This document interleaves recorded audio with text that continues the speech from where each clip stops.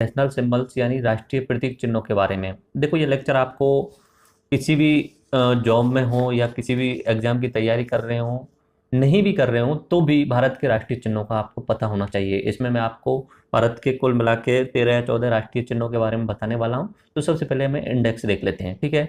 ये किसी भी एग्जाम में कहीं भी पूछे जा सकते हैं, भारत के राष्ट्रीय प्रतीक चिन्ह। तो आपको ये रटे होने चाहिए। बाकी तो मैं कोशिश करूंगा कि इन्हें एक्सप्लेन जब करूंगा तो आपको उसी समय ये सारे के सारे याद हो जाएं। फिर भी आपको ये रटने पड़ेंगे धीरे धीरे। एक बार वीडियो में याद नहीं हो पाते तो 2 बार वीडियो देख लेना, दूसरी बार फास्ट प्रोसेस में देख लेना, फास्ट स्पीड में देख लेना, तो शायद आपको याद हो जाएंगे। ठीक है, तो आपकी साइड में स्क्रीन पे मैं इंडेक्स लगाता हूँ और आपको मैं बोलता हूँ कि क्या क्या आज के हम नेशनल सिंबल देखने वाले हैं। सबसे पहले हम देखेंगे नेशनल फ्लैग यानी राष्ट्रीय झंडा, जो अपना तिरंगा होता है। उसके बाद में स्टेट एम्बलम यानी अपना राज्य का प्रतीक क्या है, जो अपना अशोक स्तंभ है वो है। उसके बाद में नेशनल एंथम, जिसे राष्ट्रगान बोलते हैं हम, राष्ट्रगान। नेशनल एंथम होता है राष्ट्रगान और नेशनल सॉन्ग होता है राष्ट्र। तो अपना राष्ट्रगान जो है वो जनगण मनगढ़ है, जो रविन्द्रनाथ टैगोर ने लिखा था। नेशनल सॉन्ग जो है, राष्ट्रगीत जो है वो वंदे मातरम है, बंकिम चंद्र जी का है। उसके अलावा नेशनल कैलेंडर, राष्ट्रीय पंचांग जो है वो शक है। ये सारे हम डिटेल में देखेंगे धीरे धीरे। अभी तो मैं सिर्फ आपको ये इंडेक्स बता रहा हूँ, या एक तरीके से मान सकते हो कि टर्मिनोलॉजी बता रहा हूँ। नेशनल एनिमल, अपना राष्ट्रीय पशु जो है वो बंगाल टाइगर है। नेशनल बर्ड जो है अपना राष्ट्रीय पक्षी जो है वो अपना मोर है। उसके अलावा नेशनल एक्वेटिक एनिमल, राष्ट्रीय जलीय पशु जो है गंगा डॉल्फिन है। उसके बाद हम बात करते हैं नेशनल रेप्टाइल ऑफ इंडिया, राष्ट्रीय सांप जो है वो कोबरा को माना गया है। उसके बाद में अपना national heritage animal of India, राष्ट्रीय विरासत पशु जो है हाथी है। नेशनल करेंसी ऑफ इंडिया, राष्ट्रीय मुद्रा आपको पता ही होगा रुपए है, और उसका सिंबल भी आपको इसके कोष्टक में दिख रहा होगा। इसके फिर डिस्कस करेंगे आगे। उसके बाद में बात करते हैं national river of India, Ganga को राष्ट्रीय रिवर नदी माना जाता है। और उसके बाद में करेंगे राष्ट्रीय फ्रूट यानी राष्ट्रीय फल क्या है, तो वो अपना आम है। एक एक करके बात करते चलेंगे और एक एक जो भी मैं बात करूंगा उसकी साइड में आपके स्क्रीन पर पिक्स लगा दिया जाएगा, फोटो लगाता जाऊंगा और उसे डिटेल से समझ जाएंगे। तो देखिए आपकी साइड स्क्रीन पे मुझे आपको नेशनल फ्लैग दिख रहा होगा। तो बात करते हैं। देखिए सबसे पहले तो इसका आकार आपको दिख रहा होगा, ये आयताकार आकार का है। इसमें आपको दिख रहा होगा जो लंबाई है और जो चौड़ाई है उसका अनुपात 3:2 है, आप देख सकते हैं, ठीक है। ऊपर जो रंग आपको दिख रहा होगा सैफरन यानी केसरिया रंग है। बीच में सफेद रंग दिख रहा होगा जिसमें 24 तीलियां लगी हुई हैं एक चक्र के साथ में, और नीचे आपको हरा रंग दिख रहा होगा, ठीक है। तो इसको एक तरीके से एनालिसिस कर लेते हैं। ये अपना नाम लिखा हुआ है, अपना लेक्चर क्या है, तो फ्लैग को एनालिसिस करते हैं। वहां से हटके इधर आइए। ये अपना फ्लैग होता है जिसका जो अनुपात होता है, लंबाई जो होती है 3 और जो चौड़ाई होती है वो 2 के अनुपात में होती है। हो सकता है थोड़ा बहुत मुझसे कमी गलती हो जाए, तो ये आप अपना नोट टू स्केल माने इसे, फिर भी मैं कोशिश करता हूँ इसे सही बनाने की, ठीक है। ये अपना नेशनल फ्लैग का आकार दिखा दिया मैंने। सबसे ऊपर जो होता है रंग, जो सबसे ऊपर वाला जो रंग होता है वो केसरिया रंग होता है। इस तरीके से केसरिया रंग, ये तीनों जो रंग हैं इनके लिए जो तीनों रंग जो है इनके लिए बराबर बराबर चौड़ाई दी गई है। तो नीचे वाला जो रंग होता है वो अपना ग्रीन रंग होता है, हरा रंग होता है। केसरिया को इंग्लिश में बोलते हैं सैफरन, और ग्रीन हरा नीचे वाला है ही, और बीच वाला जो आपको दिख रहा होगा वो सफेद है, और सफेद के बीचों बीच में आपको बताया था मैंने नीले रंग में, अभी बताता हूँ, ये हरा रंग है और ऐसे ग्रीन। इनका तीनों का मतलब भी आपको पता होना चाहिए। और ये जो बीच में आपको दिख रहा होगा, इसके बीच में यहाँ पे आपको एक चक्र दिख रहा होगा जिसमें 24 तीलियां हैं। तो मैं अभी 24 का तो गिन नहीं पा रहा हूँ, पर ये आप इस तरीके से आप मान सकते हो कि 24 तीलियां इसमें चक्र में है, जो अपने अशोक स्तंभ, सारनाथ के अशोक स्तंभ से ली गई हैं। तो ये अपना नेशनल फ्लैग होता है। ये आप अपनी स्क्रीन पर देख सकते हैं। ये आकार जो है वो आयताकार है, 24 तीलियां होती हैं, ये याद रखना, तीलियों की संख्या 24 होती है। सैफरन यानी केसरिया रंग का मतलब होता है त्याग और बलिदान। ये जो अपना केसरी रंग है इसका मतलब होता है त्याग और बलिदान। सफेद रंग शांति का प्रतीक होता है। ये चक्र जो दिख रहा है ये विकास का प्रतीक होता है, या कंटिन्यूस चलते रहने का प्रतीक होता है। हरा रंग समृद्धि का प्रतीक होता है। बाकी कुछ लोग इसे रिलीजन से जोड़ने की भी कोशिश करते हैं कि केसरिया रंग अपना हिंदू धर्म से रिलेटेड मानने की कोशिश करते हैं, ग्रीन रंग को अपना एक तरीके से वो अपना मुस्लिम रंग से मानने की कोशिश करते हैं, लेकिन ये गलत डिस्क्रिप्शन है। बिल्कुल इस तरीके का डिस्क्रिप्शन नहीं किया जाना चाहिए। केसरिया रंग का मतलब होता है त्याग और बलिदान का प्रतीक, और ग्रीन रंग का मतलब होता है अपना समृद्धि का प्रतीक। इसे रिलीजन से बिल्कुल ना जोड़ें, ठीक है। तो इसमें मैंने बताया इसे अपना 22 जुलाई 1947 को संविधान सभा के द्वारा एक्सेप्ट किया गया था। मैं इस बात को बता भी चुका हूं। तो इसे फहराने के कुछ नियम होते हैं, उनके लिए अपना नेशनल फ्लैग कोड 2002 बनाया गया था, उसमें नियम होते हैं, ठीक है। तो वो आप देख सकते हैं स्क्रीन पर, दोबारा से अपना स्क्रीन पर देख लीजिए। बाकी अगर कहीं पे भी दो देशों की मीटिंग हो रही है तो इस तरीके का आप देख लें स्क्रीन पर, दोनों देशों के फ्लैग इस तरीके से क्रॉस करते हुए टांगे जाएंगे और सामने उनकी साइड में ऑडियंस होगी। तो आई विश आपकी ये समझ में आ गया होगा। नेशनल फ्लैग जो आपको मैं बता चुका हूँ, 3 कलर होते हैं, 3x2 आयताकार होता है। उसके बाद में 22 जुलाई 1947 को एक्सेप्ट किया गया, फ्लैग कोड 2002 बनाया गया। बीच में जो होती है 24 तीलियां होती हैं, 24 तीलियों वाला जो चक्र है वो अशोक चक्र कहलाता है। दूसरा प्रतीक चिन्ह से सारनाथ स्तंभ है, ये प्रतीक चिन्ह नहीं है, सारनाथ स्तंभ, जिससे बहुत सारी चीजें ली गई हैं। तो आप अपनी स्क्रीन पर देखिए, ये जो आप देख रहे हैं ये सारनाथ स्तंभ है। देखो ये बहुत ज्यादा इंपॉर्टेंट है, ये अपना प्रतीक चिन्ह में शामिल नहीं है लेकिन इससे बहुत सारी चीज ली गई है। यानी राष्ट्रीय प्रतीक जो अपना मैं बताने वाला हूँ, स्टेट एम्बलम, राष्ट्रीय प्रतीक जो है अगला वाला, राज्य प्रतीक बोल सकते हैं, तो वो इसी से लिया गया है, लेकिन इसका छोटा सा हिस्सा लिया गया है। पर पहले सारनाथ स्तंभ को देखिए। पहली बात तो ये बता देता हूँ, सारनाथ जो एक जगह है काशी यानी वाराणसी, जहाँ से अपने प्रधानमंत्री एमपी हैं, वहां से 13 किलोमीटर दूर एक सारनाथ नाम की एक जगह है। वहां पर अशोक ने एक स्तूप बनवाया था, तो वहां से ये अपना सारनाथ स्तंभ निकला है। तो इसमें देखिए आपको दिख रहा होगा अपनी स्क्रीन पर 3 शेड दिख रहे हैं, 1 2 3 शेर दिख रहे हैं, लेकिन इसमें ओरिजिनली सारनाथ स्तंभ में 4 शेर होते हैं, एक पीछे की साइड में भी है। तो 4 शेर हैं, पीछे वाला हमें 2D में होने के कारण दिख नहीं रहा है। अगर हम ओरिजिनली देखेंगे तो उसे घुमा के देखेंगे तो पीछे की साइड में चौथा शेर दिख जाएगा। ठीक है, नीचे की साइड में एक अबाकस है, एक तरीके से मान सकते हो, छोटा सा इस तरीके का स्तंभ जैसा कुछ है। और उसके बीचों बीच में आपको जो चक्र दिख रहा है, चक्र दिख रहा है, इसे आप बोल सकते हो धर्म चक्र परिवर्तन, इस तरीके से विकास का चक्र बोलते हैं इसे। ये जो चक्र है इसमें 24 तीलियां हैं। इसके एक साइड में अपना शेर दिख रहा होगा आपको, एक साइड में अपना गैंडा दिख रहा है। बाकी मैं बता देता हूं, अशोक चक्र के दोनों साइड में, एक साइड में हाथी, सांड, घोड़ा और शेर, इस तरीके से 4 जानवरों के पिक्स हैं।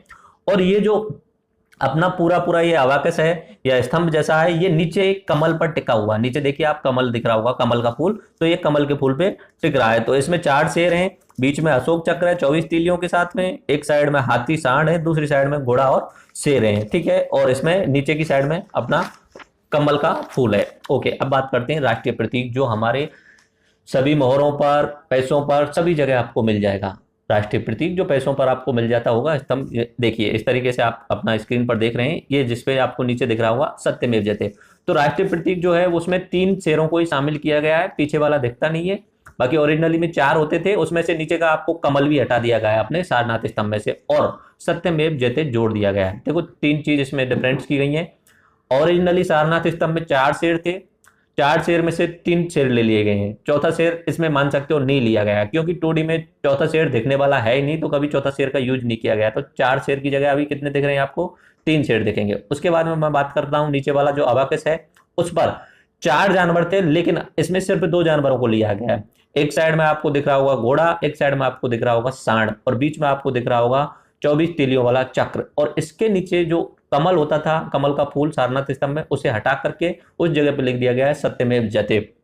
तो ये अपना इंपॉर्टेंट है कि कहां से लिया गया है अपना नेशनल एम्बलम जो है, में आपको सत्यमेव जयते दिख रहा है, वो देवनागरी लिपि में लिखा हुआ है, और ये मुंडक उपनिषद से लिया गया है। ये बहुत ज्यादा इंपॉर्टेंट, आप याद रखना, किसी भी तरीके से आप याद रखो, मुंडक उपनिषद से सत्यमेव जयते लिया गया है। ठीक है, सत्यमेव जयते नानृतम। आगे पूरा का पूरा श्लोक अगर ने सुना हो तो आप कमेंट बॉक्स में मुझे लिख देना, कि बहुत सारे लोगों को वो याद होता है। सत्यमेव जयते उस मुंडक उपनिषद का एक छोटा सा, एक पूरे श्लोक का एक छोटा सा हिस्सा है सत्यमेव जयते, यानी सत्य की ही जीत होती है, ट्रुथ ऑलवेज विंस। तो नॉर्मली कहा जाता है कि सत्य की ही जीत होगी, देर हो सकती है लेकिन अंधेर नहीं।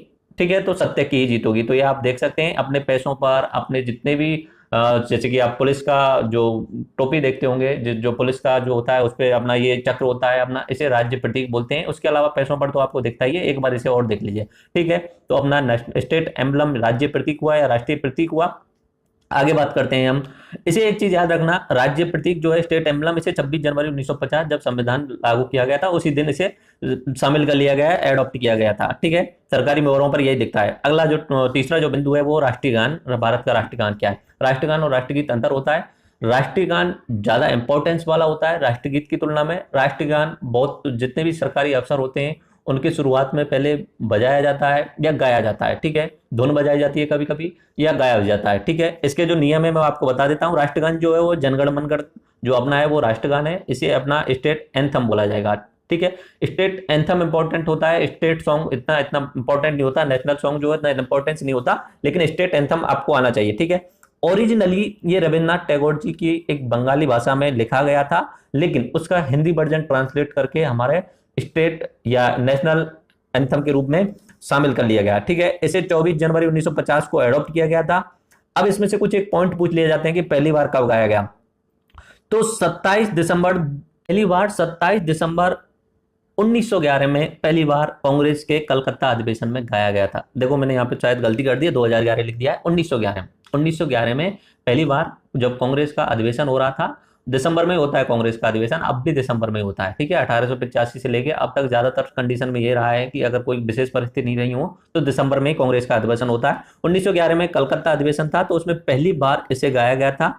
ये जो अपना राष्ट्रगान है या अपना नेशनल एंथम है, इसमें 5 छंद हैं, नॉर्मली 5 छंद हैं या 5 स्टेंजा हैं। उनमें से पहला पहला स्टेंजा ले लिया गया है, यानी रविन्द्रनाथ टैगोर जी ने जो बनाया था पूरा राष्ट्रगान, उसमें 5 छंद से केवल पहला पहला स्टेंजा यानी छंद ले लिया गया है। ठीक है, इसे एडॉप्ट 24 जनवरी 1950 को एक राष्ट्रगान के रूप में किया गया। और इसमें कुछ रूल्स और रेगुलेशन है। एक रूल्स ये है कि 52 सेकंड में गाया जाता है। बाकी इसे शॉर्ट रूप में भी गाया जाता है, यानी पहली लाइन बोली जाती है और अंतिम लाइन बोली जाती है। ठीक है, नॉर्मली अपने मूल कर्तव्यों में लिखा है हमें हमारे राष्ट्रीय चिन्हों, राष्ट्रीय प्रतीकों, राष्ट्रगान का आदर्श करना चाहिए, अपने उसमें लिखा हुआ है मूल कर्तव्यों में।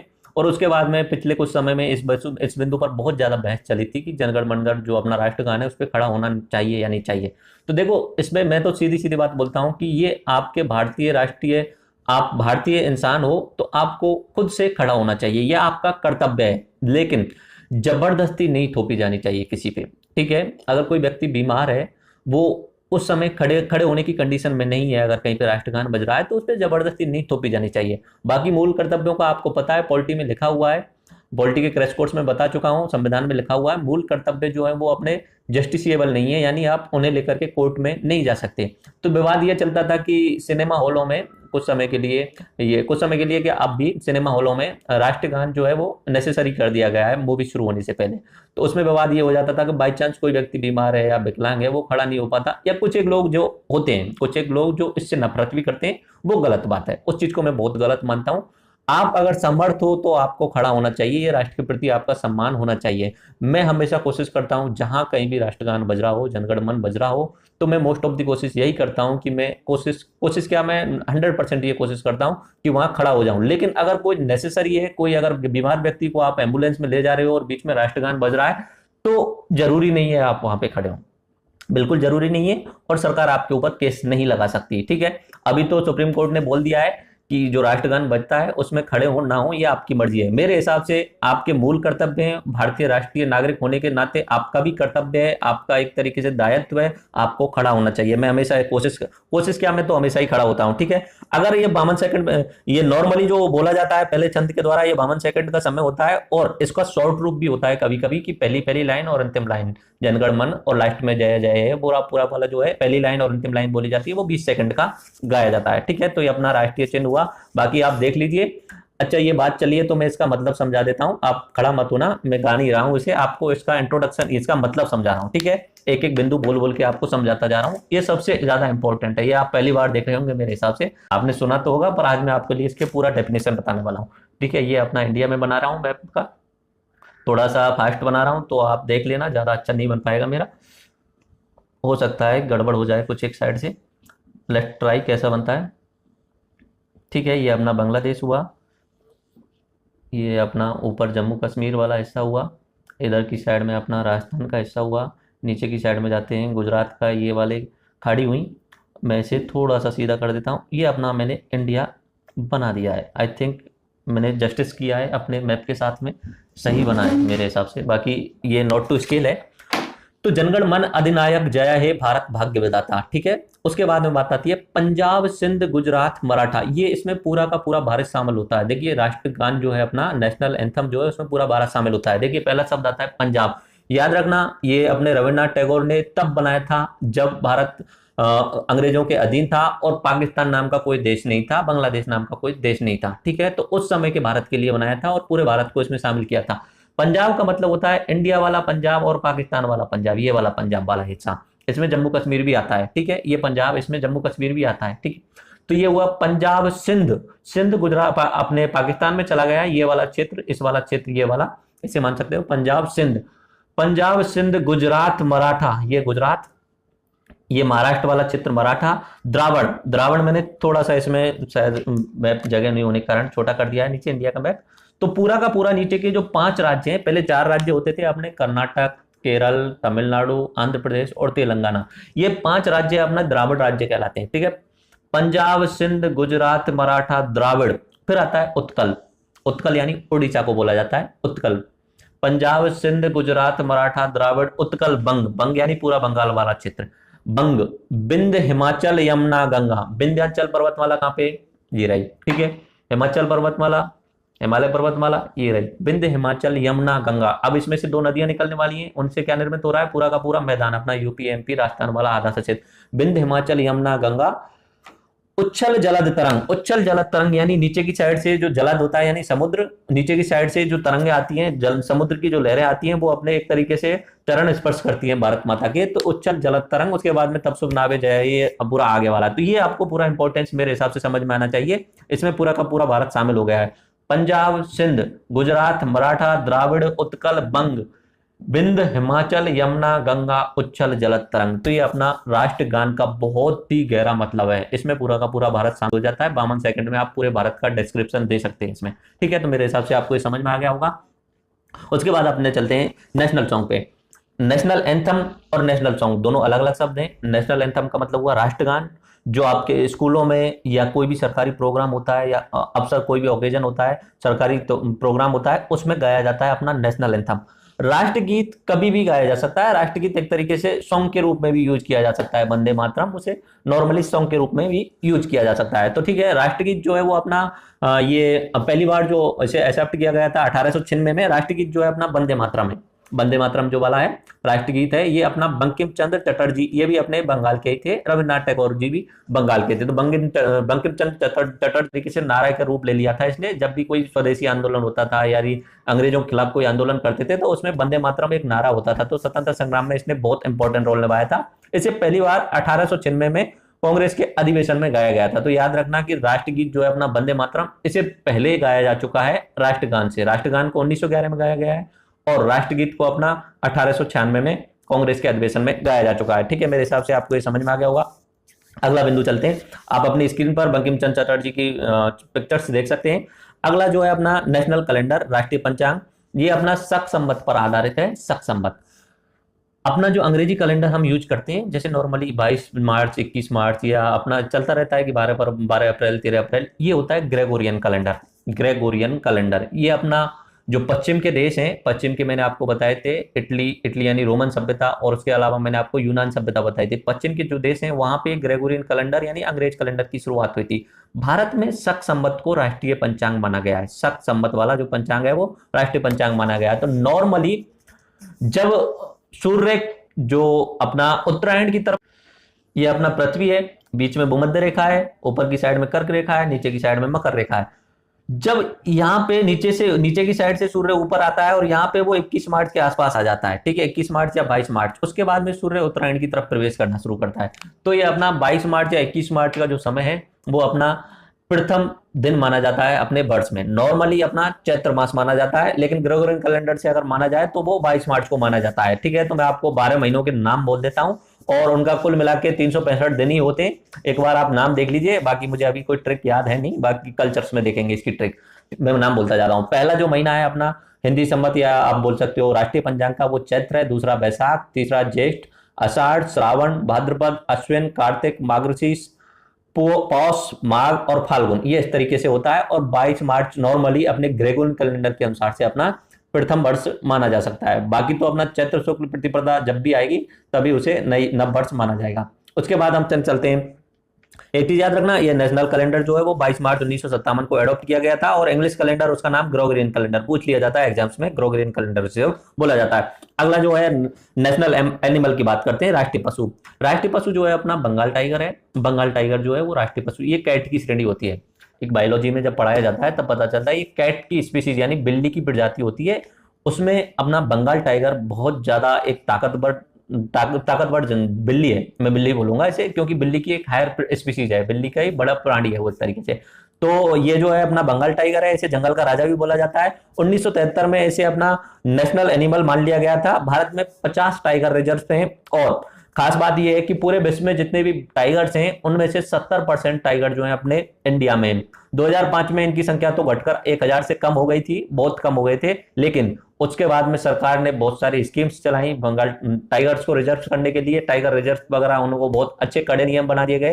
तो अभी इनकी संख्या बढ़ करके अपने भारत में करीब करीब 2300 के आसपास में है। ये चीज याद रखना, बंगाल टाइगर आप स्क्रीन पर देख सकते हो, ये जो है अपना पूरे विश्व में सबसे ज्यादा यानी 70% अपने भारत में पाया जाता है। अगला चलते हैं अपना राष्ट्रीय पक्षी, स्क्रीन पर देखिए अपना राष्ट्रीय पक्षी जो है वो अपना मोर है, पीकॉक बोलते हैं या इंडियन पी फॉलो बोल सकते हैं, पी फॉल बोल सकते हैं इसे, इंडियन पी फॉल या भारतीय मोर। अनुग्रह और सौंदर्य का प्रतीक होता है। देखिए कितना प्यारा लग रहा है आपको मोर, ये नीला नीला रंग और इसके पंख फैलाए हुए हैं।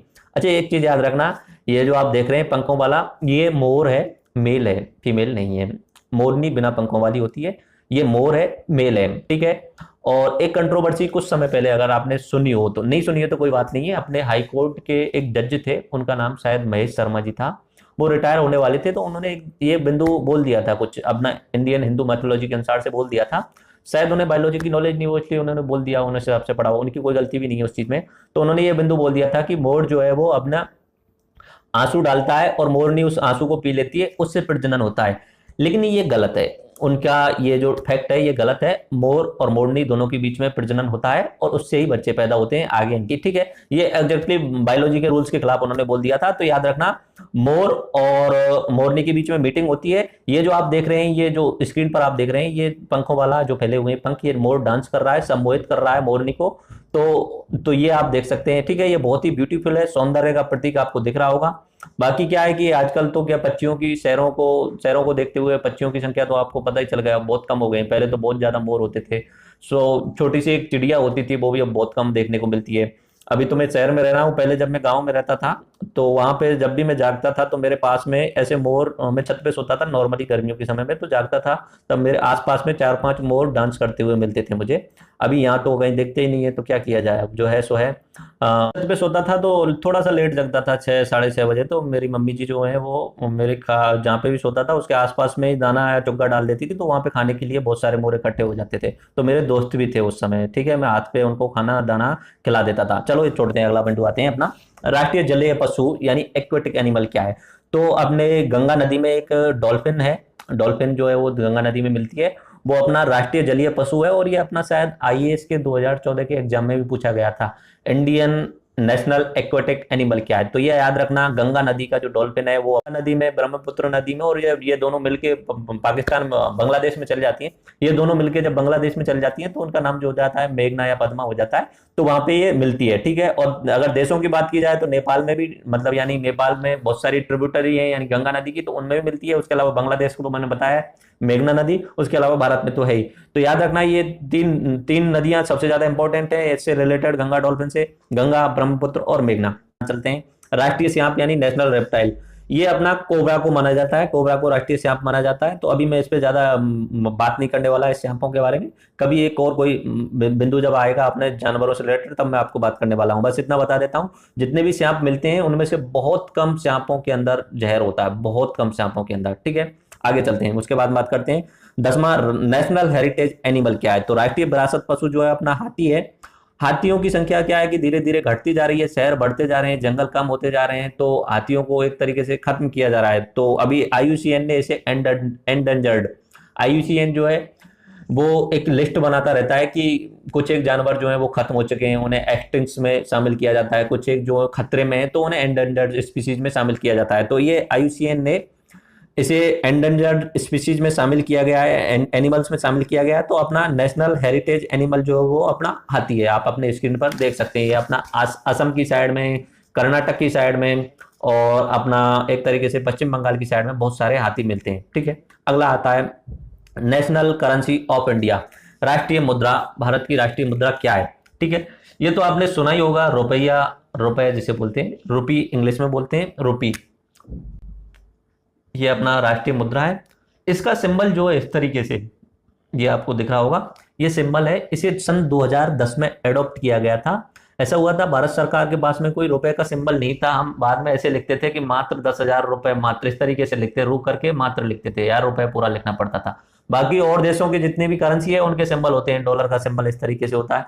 तो भारत के पास में कोई सिंबल नहीं था, और भारत एक आगे बढ़ने वाली इकोनॉमी है, विश्व में कंपटीशन करने वाली इकोनॉमी है, और हो सकता है 2050 तक हम ग्लोबल लीडर भी हो जाए। 2050 के आसपास में चांस है, भारत वर्ल्ड पावर बनने वाली है, अमेरिका और चाइना को पीछे छोड़ सकती है 2050 तक।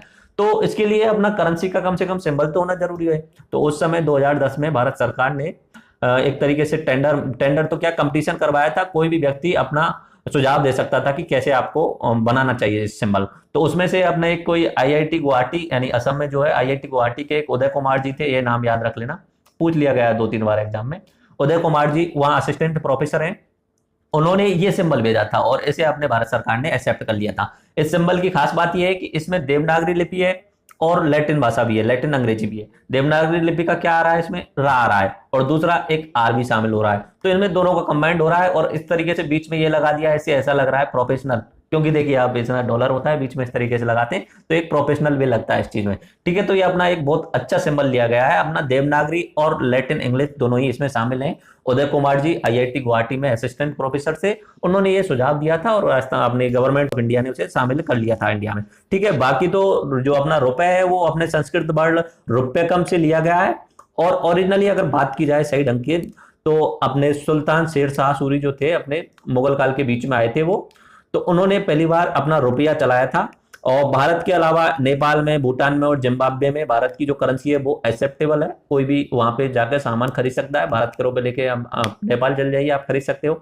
बाकी रुपए जो करेंसी है वो पाकिस्तान में भी चलती है, वो पाकिस्तान का रुपया अलग है, भारत का रुपया अलग है, बोलने को रुपया आता है। ठीक है, और बांग्लादेश का शायद टका है, और इस तरीके से मैं आपको समझा चुका हूं। अपना ये जो यूएसए का है वो डॉलर है।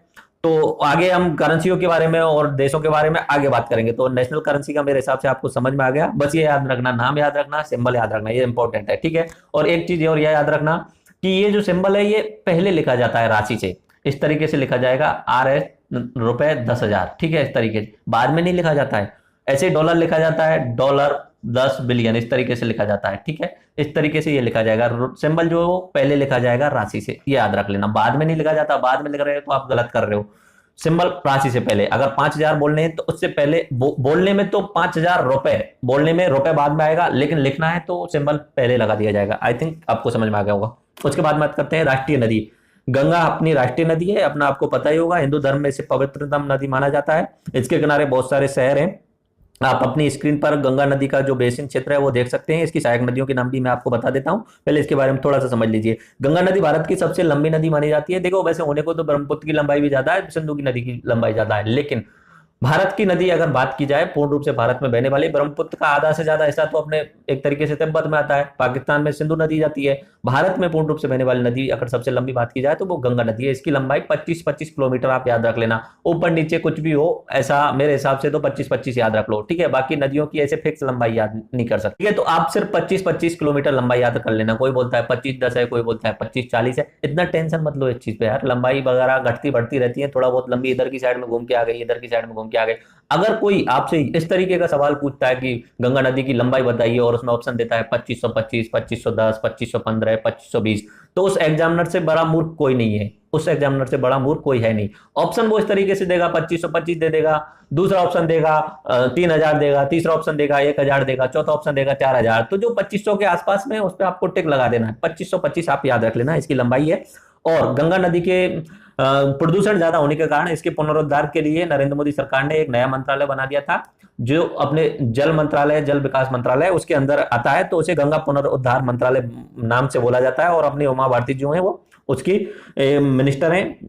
तो ये आप देख लीजिए अपनी स्क्रीन पर, गंगा नदी का जो बेसिन आपको दिखा रहा हूं, गंगा नदी दिख रही होगी। शुरुआत में इसकी सहायक नदियों के नाम बोल देता हूं, दो साइड की, एक तो अपनी लेफ्ट ऊपर वाली और एक राइट वालियों में सबसे इंपॉर्टेंट है यमुना। यमुना की सहायक नदियों में काली सिंध, पार्वती, ये जाके मिलती है चंबल में। उसके अलावा बेतवा नदी अपनी राइट हैंड साइड से आ रही है। उसके अलावा केन नदी आपको दिख रही होगी, केन नदी भी राइट हैंड साइड से आ रही है। सोन नदी भी आ रही है, और उसके अलावा रियाद नदी भी आ रही है। अपनी लेफ्ट हैंड साइड की बात करता हूं, शारदा, गोमती, घाघरा, गंडक, कोसी, ये अपनी एक तरीके से लेफ्ट हैंड साइड से यानी ऊपर नेपाल वाले क्षेत्र से गंगा नदी में आकर के मिल रही हैं। और नीचे की साइड में मैंने बताया था जहां पे भी नदी अपना पानी समुद्र में छोड़ती है तो वहां पे मुहाना बोला जाता है, माउथ ऑफ द रिवर। ठीक है, तो यहाँ पे नीचे की साइड में आपको रिवर पे माउथ दिख रहा होगा। ये पूरे विश्व का सबसे बड़ा डेल्टा बनाती है, गंगा नदी पूरे विश्व का सबसे बड़ा डेल्टा बनाती है। तो याद रखना, विश्व में सबसे बड़ा जो डेल्टा है वो गंगा नदी का ही बनता है। ठीक है, मेरे हिसाब से आपको राष्ट्रीय जो नदी है वो गंगा के बारे में समझ में आ गया होगा। अगला चलते हैं अपन राष्ट्रीय फल के बारे में। अपना राष्ट्रीय फल जो है वो आम है, आपको पता ही होगा। अगले बात करते हैं राष्ट्रीय खेल। राष्ट्रीय गेम जो है वो हॉकी है। 1928 से लेके 1956 तक 8 ओलंपिक्स में, लगातार 8 ओलंपिक्स में भारत ने स्वर्ण पदक जीता था। उस समय जो भारत के एक बहुत अच्छे खिलाड़ी थे मेजर ध्यानचंद जी, वो बहुत ही ज्यादा अच्छे खिलाड़ी थे। लेकिन क्या है कि अपना इंडिया में उनको इतना ज्यादा नाम नहीं दिया गया। बाकी बहुत आपको आधे से लोगों को नाम भी नहीं पता होगा, लेकिन उनके लेवल का आज तक का कोई खिलाड़ी नहीं मिला है। तो अपना नेशनल गेम जो है वो अपना हॉकी है। आज के समय पे तो क्रिकेट के अलावा कोई मतलब किसी दूसरे गेम को देखना ही पसंद नहीं करता है। हॉकी बहुत ज्यादा पीछे चली गई है। ठीक है, लेकिन फिर भी मैं आपसे एक सवाल पूछता हूँ कि भारत के आज के जो हॉकी के कप्तान है उसका नाम आप मुझे कमेंट बॉक्स में जरूर बताना। मुझे पता है कि आपसे आधे से ज्यादा लोगों को नहीं पता, क्योंकि आप उस साइड में सोचते ही नहीं हो। आपका राष्ट्रीय गेम है, जबकि वो राष्ट्रीय नेशनल गेम है। बाकी मैं आपको बता देता हूँ, धनराज पिल्लाई जो थे पहले, पिछले 4-5 साल पहले वो अपने कप्तान थे और वो बहुत ज्यादा फेमस थे। मेजर ध्यानचंद जो हॉकी के जादूगर के नाम से जाना जाता था, 1928 से 1956 तक 6 ओलंपिक में लगातार स्वर्ण पदक जीता है भारत ने। देखिए कितनी बड़ी बात है। पिछला जो ओलंपिक हुआ 2016 वाला ब्राजील वाला जो ओलंपिक हुआ, उसमें भारत को एक भी स्वर्ण पदक नहीं मिला, एक भी स्वर्ण पदक नहीं मिला। ठीक है, तो ये आपको याद रखने वाली बात है। जबकि देखिए कितना लगातार 6 बार स्वर्ण पदक जीतना कितनी बड़ी बात होती है। उसके बाद अपना राष्ट्रीय पेड़ की बात कर लेते हैं। नेशनल ट्री जो है वो अपना बरगद है। इसे इंग्लिश में बैनियान बोलते हैं। और इसका जो स्ट्रक्चर होता है वो बहुत बड़ा होता है। ये एक तरीके से बहुत बड़ा पेड़ होता है। और खास बात इसकी है, बरगद में से एक तरीके से आप जानते ही होंगे, जो जड़ें होती हैं वो बहुत गहरी जाती हैं। तो इसका एक तरीके से स्थायित्व का प्रतीक भी माना जा सकता है बरगद को। ठीक है, आंधी वगैरह आती है तो इस पर कोई फर्क नहीं पड़ता है।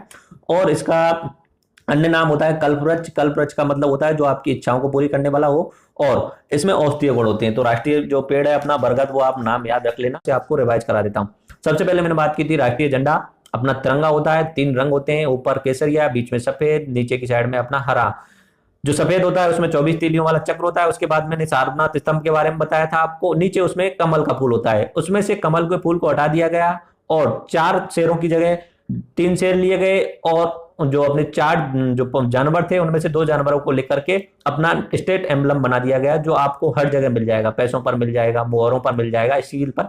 तो वो अशोक स्तंभ से लिया गया। ठीक है, उसके बाद मैंने बात की थी नेशनल एंथम। राष्ट्रगान जो है वो अपना जनगण मन है, जो अपना रविन्द्रनाथ टैगोर जी ने लिखा था। इसमें 5 बताए थे मैंने, 5 छंद में से पहला पहला छंद ले लिया गया है। नेशनल सॉन्ग जो है, राष्ट्रीय गीत जो है वो वंदे मातरम है, बंकिम चंद्र जी ने उसे कंपोज किया था। उसके बाद में नेशनल कैलेंडर जो है वो अपना राष्ट्रीय पंजाब जो है वो शक संबत है। नेशनल एनिमल जो है वो बंगाल टाइगर है। पूरे विश्व में 70% जो टाइगर मिलते हैं वो अपने इंडिया में मिलते हैं। उसके बाद में नेशनल बर्ड जो है वो अपना पीकॉक है, मोर मैं बता चुका हूँ। ये एक तरीके से सौंदर्य का प्रतीक बताया था। उसके बाद में हम चले गए थे national aquatic animal of India, राष्ट्रीय जलीय पशु गंगा। ये गंगा, ब्रह्मपुत्र और मेघना नदियों में मिलता है। और अपना नेपाल, भारत और बांग्लादेश देशों में भी ये मिलती है। तो ये याद रख लेना, IAS 2014 में ये पूछा गया था, same to same question. National reptile of India, ये अपना कोबरा होता है, राष्ट्रीय सांप। उसके बाद बात की थी national heritage animal of India, राष्ट्रीय विरासत पशु अपना हाथी है। उसके बाद अपना नेशनल करेंसी ऑफ इंडिया, राष्ट्रीय मुद्रा, जो मैंने रुपए के बारे में बात की थी, उदय कुमार नाम बताया था, 2010 में अडॉप्ट किया गया था। बाकी शेरशाह सूरी नाम याद रखना और रुपयकम नाम से याद रख लेना। उसके बाद में नेशनल रिवर ऑफ इंडिया यानी गंगा के बारे में बात की थी। और नेशनल फ्रूट जो है अपना मैंने मैंगो बताया। तो इस तरीके से हमने राष्ट्रीय प्रतीक चिन्हों को पूरे डिटेल से कवर कर लिया है। इस लेक्चर की PDF नीचे डिस्क्रिप्शन में आपको मिल जाएगी और कमेंट में भी आप डाल दूंगा। मैंने PDF जो है वो चित्रों के साथ में और पूरा अच्छे तरीके से डिजाइन की हुई है। तो वो जो आप रेफरेंस के रूप में ले सकते हैं। और जो टीचर्स हैं, जो टीचर्स मेरे स्टूडेंट हैं, टीचर्स स्टूडेंट, हाँ, जो भी जो स्कूलों में पढ़ाते हैं, सरकारी टीचर्स हो या प्राइवेट या कोचिंग में पढ़ाते हैं, बहुत सारे हैं, 500 से ज्यादा जो टीचर्स हैं जो RS की तैयारी कर रहे हैं। तो मुझसे मेरा रिक्वेस्ट है, इस लेक्चर को कम से कम अपने स्टूडेंट जितने भी हैं उनको कम से कम याद कराने की कोशिश करें। भारत के राष्ट्रीय चिन्हों का आपको पता होना चाहिए। आप इसको खुद याद करें, उसके अलावा हो सकता है आप जितने भी दोस्त हैं उनको भी याद कराने की कोशिश करें, क्योंकि राष्ट्रीय प्रतीक चिन्हों को आपको पता होना चाहिए और उनका सम्मान करना चाहिए आपको। ठीक है, तो मेरे हिसाब से आपको राष्ट्रीय प्रतीक चिन्ह वाला लेक्चर पूर्ण रूप से समझ में आ गया। कि आज के लेक्चर में हम सेंसस 2011 के बारे में बात करेंगे। सेंसस यानी जनगणना के हर एग्जाम में सवाल पूछ लिया जाता है, ठीक है। 2011 में जनगणना हुई है, उसके बाद में 2021 में होने वाली है। उसके बीच का 2015 में, 2016 में कोई अखबार वाला क्या छापता है, कोई वेबसाइट वाला क्या छापता है, इस बात पे बिल्कुल भी ध्यान नहीं देना है। आपको अगर जनगणना के बारे में पढ़ना है तो सिर्फ और सिर्फ 2011 की जनगणना के बारे में पढ़ना है।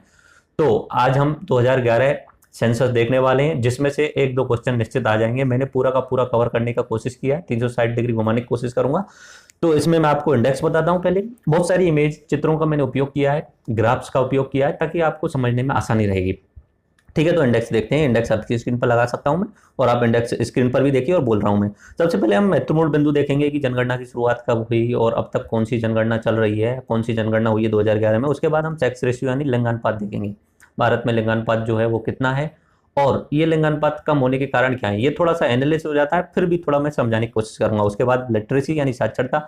इकोनॉमी वाले लेक्चर में मैं आपको बता चुका हूं, इकोनॉमिक्स में भी लिटरेसी के बारे में बता चुका हूं। इसमें थोड़ा बस डाटा के बारे में बात करेंगे, ठीक है। उसके बाद 10 की वृद्धि दर यानी डिकेडल ग्रोथ रेट, यानी 2001 में जो जनसंख्या थी उससे बढ़कर 2011 में जो जनसंख्या हो गई है, उनके बीच में जो अंतर है, दशक में जो वृद्धि हुई है उसका दर निकालना, यानी जो 17% के आसपास है वो देखेंगे। उसके बाद में top 5 state with highest population, जो सबसे ज्यादा जनसंख्या वाले राज्य हैं 5, उन्हें देखेंगे। उसके बाद में क्षेत्रफल की दृष्टि से 5 जो बड़े राज्य हैं उनका नाम भी देखेंगे, और उसके बाद में हम पॉपुलेशन के हिसाब से 5 स्टेट या यूटी सबको शामिल कर लेंगे, और स्टेट में भी स्पेशली मैं बता दूंगा कौन सा स्टेट जो है वो कम जनसंख्या वाला, ठीक है। उसके अलावा पॉपुलेशन डेंसिटी देखेंगे, और फिर SC ST के पॉपुलेशन के बारे में। ऑल इंडिया का सेंसस है, राजस्थान का सेंसस नहीं है। ये स्टैंडर्ड जी के लेक्चर नंबर 2 है, ऑल इंडिया की जनगणना है इसमें, ठीक है। तो अगर आपने ये क्लियर कर लिया तो नॉर्मली किसी भी एग्जाम में 1 या 2 क्वेश्चन इसमें से आपको मिल जाएंगे।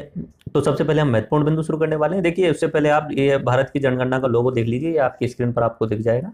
इस तरीके से गोल ये और घर बना हुआ है, ऊपर की तरफ ये अपना स्किल डेवलपमेंट ऐसे कुछ लिखा हुआ है। तो इसमें तिरंगे का भी वो आपको दिख रहा होगा, केसरिया रंग दिख रहा होगा, व्हाइट रंग दिख रहा होगा, ग्रीन रंग दिख रहा होगा। तो ये आप अपना लोगो देख लीजिए, भारत की जनसंख्या जनगणना 2011 का, ठीक है। अब महत्वपूर्ण बिंदु शुरू कर देते हैं। महत्वपूर्ण बिंदु की बात यह है कि जो पहली बार जो जनगणना हुई थी 1872 में अंग्रेजों के समय पे हुई थी। पहली बार जो जनगणना हुई थी 1872 में। उसके बाद में हर 10 साल में, यानी 72 के बाद में जो अगली जनगणना हुई थी वो 81 में कराई थी, लेकिन 81 के बाद में हर 10 साल में जनगणना होती है। तो अब तक 15 बार जनगणना हो चुकी है, यानी 2011 की जो जनगणना थी, 2011 का जो सेंसस था वो 15वां सेंसस था, ठीक है। और एक खास बात यह है कि इसमें जो जनगणना या जनसंख्या जो गिनी जाती है वो 1 मार्च को रात 12 बजे तक की गिनी जाती है, यानी 1 मार्च 2011 की रात। उसके बाद में जो डाटा है वो गवर्नमेंट प्रूफ नहीं है, 1 मार्च 2011 तक के ही डाटा गवर्नमेंट प्रूफ है, ठीक है। तो वो 2011 की जनगणना है, और ये 15वीं जनगणना है। और इसमें कुल जो जनसंख्या है अपने भारत की वो 1210 मिलियन। देखो, मैं वैसे तो इकोनॉमी वाले लेक्चर में आपको बता चुका हूं, फिर भी मैं आपको बता देता हूं। ये मिलियन, मिलियन का मतलब होता है 10 लाख। 1 मिलियन होता है 10 लाख। अगर मैं इसे करोड़ में बदल दूं तो एक जीरो मुझे हटानी पड़ेगी, यानी 121 करोड़।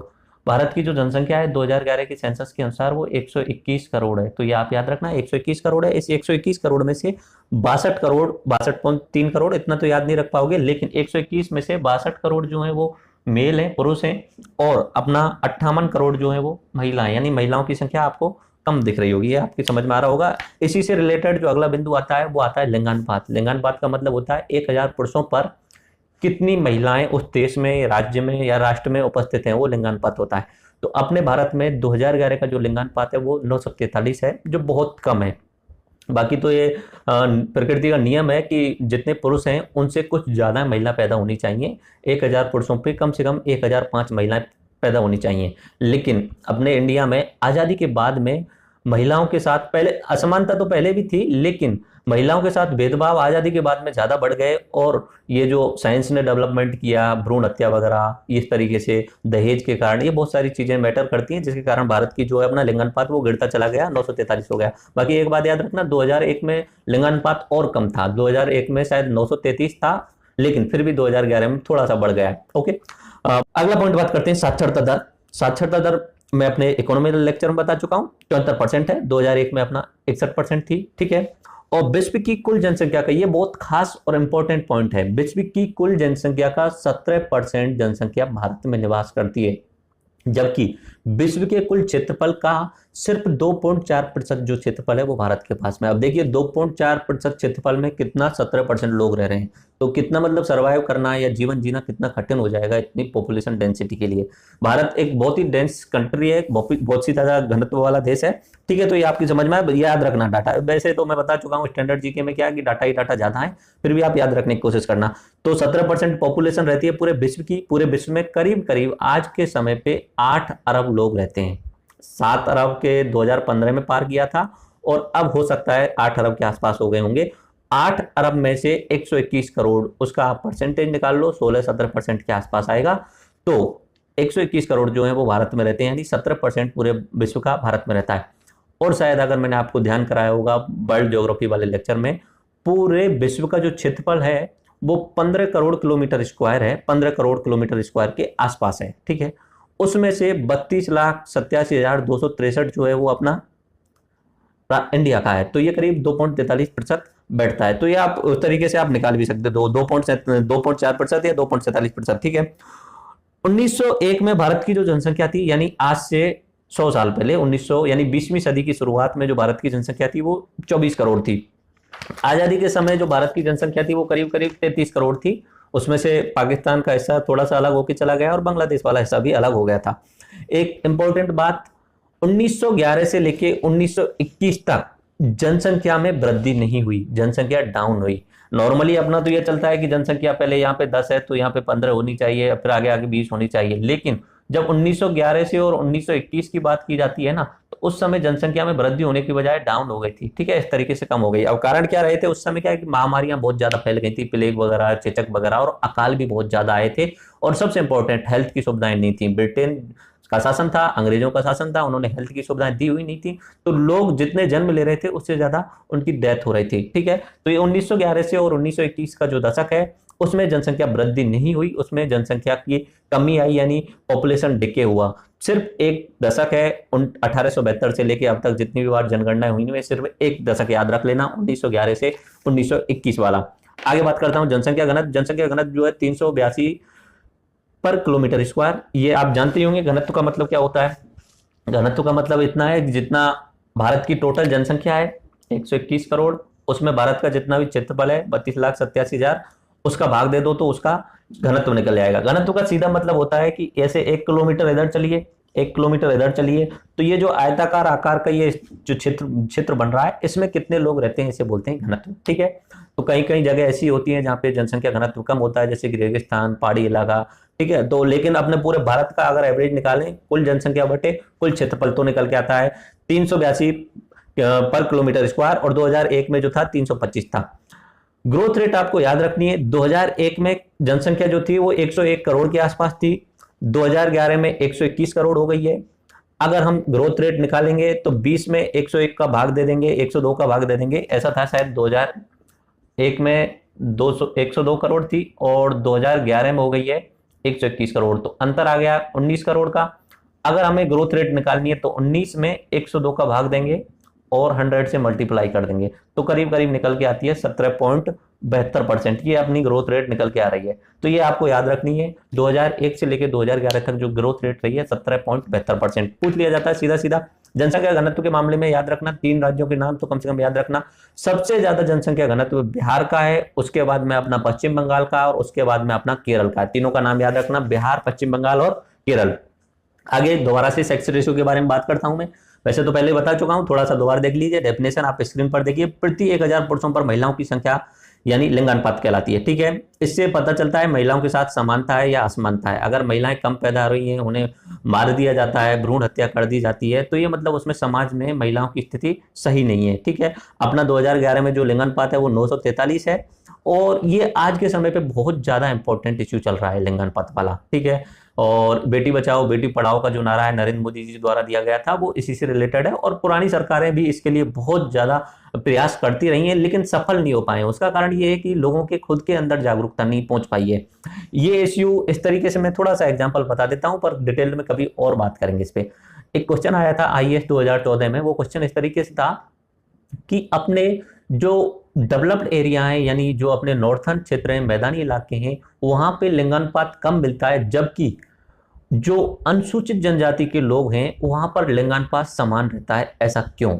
तो ये आप अपने हिसाब से सोचना, बाकी आगे मैं आपको कभी बताऊंगा। सीधा सा ऐसा है कि देखो, जैसे जैसे शिक्षा मिलती जाती है लोगों को, तो उस शिक्षा में हमारे समाज में पितरात्मक समाज होने के कारण जो लड़की होती है उसे एक डेरोगेटरी रूप में देख लिया जाता है और दहेज सबसे बड़ा इश्यू होता है। जबकि जो अपना अनुसूचित जनजाति होती है, जो आप बोल सकते हो आदिवासी लोग होते हैं, उनमें पुरुष और महिलाओं में अंतर नहीं माना जाता है।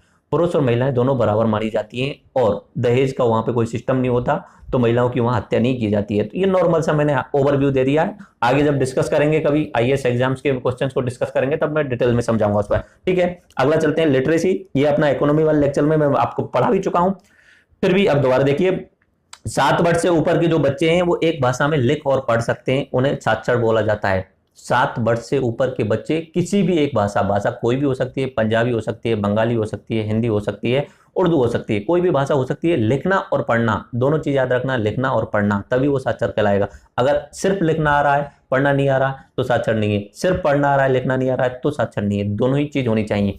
1991 से पहले जो था 5 वर्ष की आयु से ऊपर वाले बच्चों को साक्षर वाला गणना की जाती थी, लेकिन 2011 करके 7 वर्ष कर दिया, यानी 7 वर्ष से ऊपर के लोगों को साक्षरता में शामिल किया जाता है। तो अभी 2011 में जो लिटरेसी रेट है वो 74% है, और उसमें पुरुष जो है वो 81% है, फीमेल जो है वो 65% है। केरल में सर्वाधिक साक्षरता है, आपको पता ही होगा, केरल अपना साउथ का सबसे अच्छा राज्य लगता है मुझे। केरल में जो साक्षरता है वो 94% है।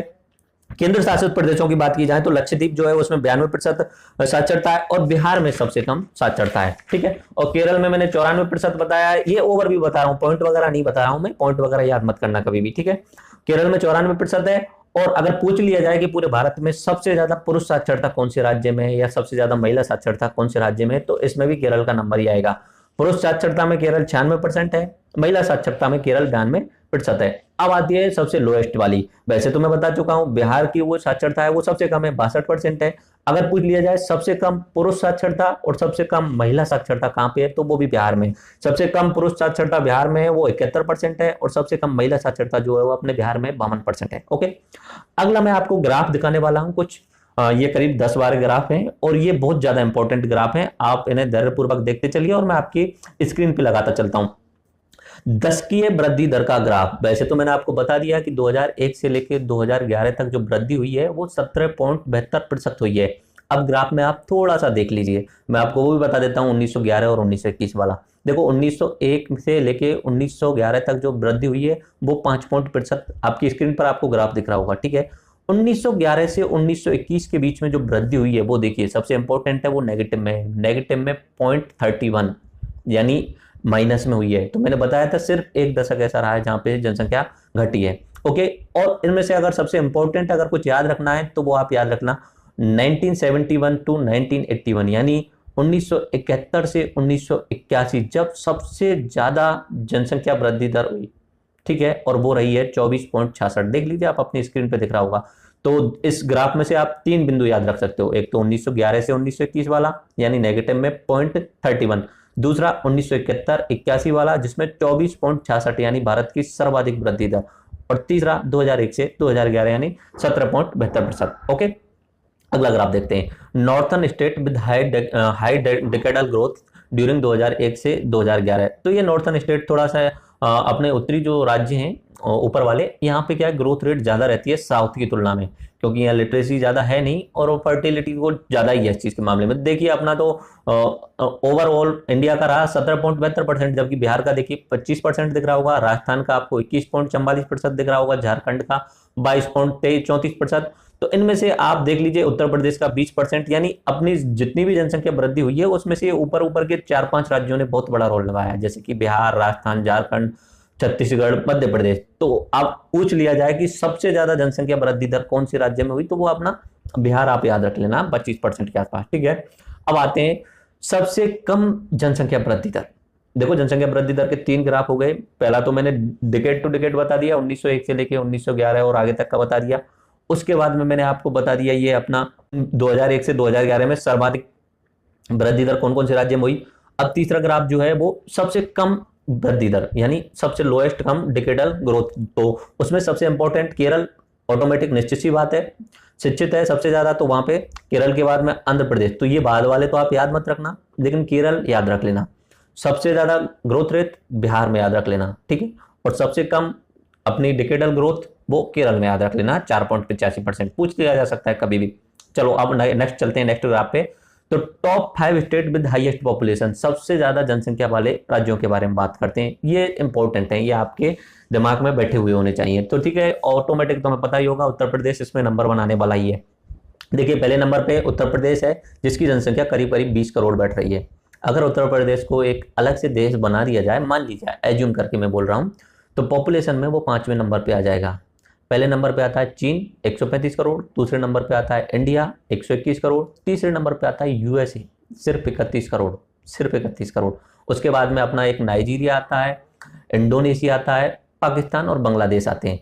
तो इंडोनेशिया के बाद में शायद अपना उत्तर प्रदेश आ जाएगा। ओके, इसमें आप ग्राफ में भी, ग्राफ तो मैंने बता दिया है, उसके बाद में आप इमेज देख लीजिए। इमेज में आपको दिख रहा होगा पहले नंबर पे उत्तर प्रदेश है, दूसरे नंबर पे आपको महाराष्ट्र जनसंख्या वाला देख लीजिए, दूसरे नंबर पे महाराष्ट्र चित्र में दिख रहा होगा इंडिया के मैप में, तीसरे नंबर पे बिहार दिख रहा है, चौथे नंबर पे पश्चिम बंगाल और 5वें नंबर पे आपको एमपी दिख रहा है। तो ये तो आप याद रखने की कोशिश कर लेना, वैसे भी ओवरव्यू आपको समझ में आ रहा होगा। पहला यूपी, दूसरा महाराष्ट्र, तीसरा बिहार, चौथा पश्चिम बंगाल और 5वां एमपी। Okay, next go. अब बात करते हैं क्षेत्रफल की दृष्टि से सबसे बड़े राज्य, ये भी पूछ लिए जा सकते हैं। तो राजस्थान का तो आप सबको पता है 3,42,239 वर्ग किलोमीटर स्क्वायर, ये पूरे भारत में सबसे ज्यादा क्षेत्रफल बड़ा है, ठीक है। और इसका आपका प्रतिशत भी पता होगा 10.41, जो भी है आपको याद होगा शायद, मेरे हिसाब से मैं राजस्थान जी के वाले लेक्चर में बता चुका हूं। दूसरा एमपी मध्य प्रदेश, जिसका 3,08,245 किलोमीटर स्क्वायर है, ठीक है, ये दूसरे नंबर पे आता है। 2000 में जब एमपी से अलग होकर एक राज्य बना था जिसका नाम था छत्तीसगढ़, 2000 से पहले एमपी पहले नंबर पे आता था। छत्तीसगढ़ का जो क्षेत्रफल है वो करीब करीब 1,45,000 किलोमीटर के आसपास है, और अपना आज के समय पे अपने एमपी का है 3,08,000। तो अगर 2000 से पहले की बात करें तो एमपी का जो क्षेत्रफल बैठता था वो 4.5 लाख किलोमीटर स्क्वायर के आसपास बैठता था, लेकिन अब अलग हो गया। तो दूसरे नंबर पे एमपी यानी मध्य प्रदेश आता है अपने शिवराज सिंह चौहान वाला। महाराष्ट्र तीसरे नंबर पे आता है, उत्तर प्रदेश चौथे नंबर पे आता है, और 5वें नंबर पे अपना जम्मू कश्मीर आता है। देखिए ग्राफ में, ग्राफ तो मैंने बता ही दिया, आप इमेज में देख लीजिए एक बार। पहले नंबर पे आपको नंबरिंग दिख रही होगी, पहले पे राजस्थान दिख रहा होगा, दूसरे पे एमपी दिख रहा होगा, तीसरे पे महाराष्ट्र, चौथे पे अपना उत्तर प्रदेश और 5वें पे अपना जम्मू कश्मीर। जनसंख्या के हिसाब से मैं बता चुका हूं, पहले नंबर पे यूपी आता है, दूसरे नंबर पे महाराष्ट्र आता है, तीसरे पे अपना बिहार आता है, चौथे पे पश्चिम बंगाल आता है। इस तरीके से वो अपना पीछे वाला टैली कर लीजिए आप। ओके, आगे चलते हैं, अपना ये हो गया। अब उसके बाद बात करते हैं पॉपुलेशन के हिसाब से जिन राज्यों की जनसंख्या सबसे कम है, जो राज्य सबसे कम जनसंख्या वाले हैं उनकी बात करते हैं। इसमें मैंने यूटीज को भी शामिल कर दिया है, केंद्र शासित प्रदेशों को। लेकिन अगर सीधा सीधा पूछ लिया जाए कि सबसे कम जनसंख्या वाला राज्य कौन सा है, तो वो सिक्किम है। मैंने इसमें केंद्र शासित प्रदेशों को भी शामिल किया है। अगर पूरे ओवरव्यू पूछ लिया जाए 29 राज्यों और 7 यूटीज में कौन सा अपना केंद्र शासित, कौन सा राज्य है या यूटी ऐसा है जिसकी सबसे कम जनसंख्या है, तो वो लक्षद्वीप आता है 64,473, ठीक है। लेकिन नॉर्मली पूछा जो जाता है वो अपने राज्य का पूछा जाता है, कौन सा राज्य सबसे कम जनसंख्या वाला है, तो वो आपको याद रखना है सिक्किम, जिसकी जनसंख्या वो 6,10,577, ठीक है। इतना तो याद मत रखना, पर इतना याद रख लेना सबसे कम जनसंख्या वाला कौन सा है। बाकी आपको पता ही होगा, एक लेक्चर में बता चुका हूं मैं, सिक्किम जो है वो एक अलग देश था, वो भारत में अपने जनमत संग्रह करके भारत में शामिल हो गया था। मैप में देखिए उसी ग्राफ को, पहले नंबर पे जो मैंने बताया था लक्षद्वीप, आपको अपने केरल के पास में लक्षद्वीप दिख रहा होगा, छोटे छोटे द्वीप समूह दिख रहे होंगे, लाख द्वीपों का समूह ऐसे बोला जाता है, यहाँ पे सबसे कम जनसंख्या रहती है। उसके बाद मैंने जो इसमें ग्राफ में मैंने बताया वो है दीप एंड दमन।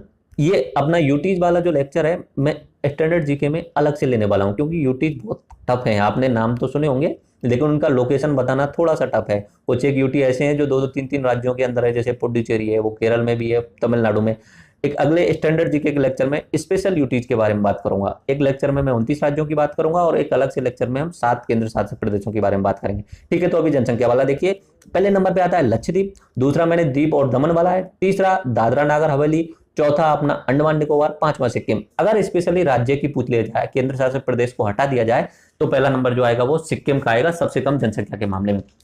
ओके, अब एक थोड़ा सा इश्यू जो आता है अपने नॉर्थ ईस्ट, जो अपने पूर्वोत्तर वाले राज्य हैं उनके बारे में भी कुछ स्पेशली पूछा जाता है, उन पर ज्यादा फोकस किया जाता है, क्योंकि हम लोग जो नॉर्थ में रहने वाले हैं, उत्तर में रहने वाले, यूपी के, राजस्थान के, एमपी वाले लोग, ये पूर्वोत्तर पे ध्यान नहीं देते हैं। तो अपने एग्जामिनर वगैरह जो पूर्वोत्तर से ज्यादा सवाल पूछते हैं, ठीक है। तो पूर्वोत्तर के राज्यों की जनसंख्या देख लीजिए और असम को हटा करके, असम की जनसंख्या तो करीब करीब 4 करोड़ के आसपास है। 3,60,00,000 से ऊपर थी 2011 में, अब तो 4.5 करोड़ के आसपास हो गई। तो असम जो है वो एक मेनलैंड में आता है, मैदानी इलाका आता है। बाकी जो ये सात सिस्टर बोलते हैं, 7 सिस्टर इन्हें बोलते हैं, पूर्वोत्तर वाले, इनकी जनसंख्या देख लीजिए।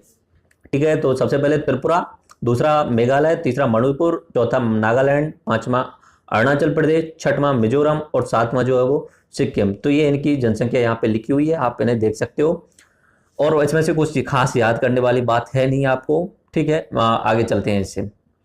ये आप ग्राफ में एक बार देख लीजिए, जनसंख्या का एक बार ओवरव्यू देख लीजिए, पहले नंबर पे कौन सा आ रहा है। पहले नंबर पे आप ग्राफ में देखिए, ग्राफ आपके ग्राफ तो बता ही दिया मैंने, आप इमेज देखिए, इंडिया का मैप देखिए, यहाँ पे नंबरिंग करी हुई है। पहले नंबर पे त्रिपुरा दिख रहा होगा आपको, नीचे की साइड में त्रिपुरा, त्रिपुरा से बांग्लादेश से ऊपर आपको मेघालय भी दिख रहा होगा। तीसरे नंबर पे जो दिख रहा है वो मणिपुर है, चौथा जो है वो नागालैंड है, पांचवा जो है अरुणाचल प्रदेश है, छठवां जो है वो मिजोरम, नीचे नीचे की साइड में दिख रहा होगा म्यांमार और बांग्लादेश के बीच में मिजोरम, और सातवां जो है वो सिक्किम। सिक्किम को आपको पता ही है, भूटान और नेपाल और पश्चिम बंगाल से ऊपर की साइड में। ओके, भूटान नेपाल के बीच में और पश्चिम बंगाल से ऊपर की साइड में। अगला जो ग्राफ आता है वो अपना पॉपुलेशन डेंसिटी, जनसंख्या घनत्व।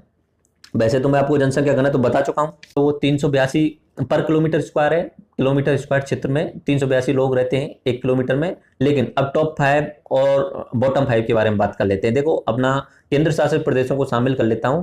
तो सबसे ऊपर जो आता है वो अपना दिल्ली आता है, उसके बाद में चंडीगढ़ आ जाता है, पुडुचेरी आता है, दमन द्वीप आ जाता है, लक्षद्वीप आ जाता है। तो शुरुआती 5 नंबर तो केंद्र शासित प्रदेशों ने ही ले रखा है।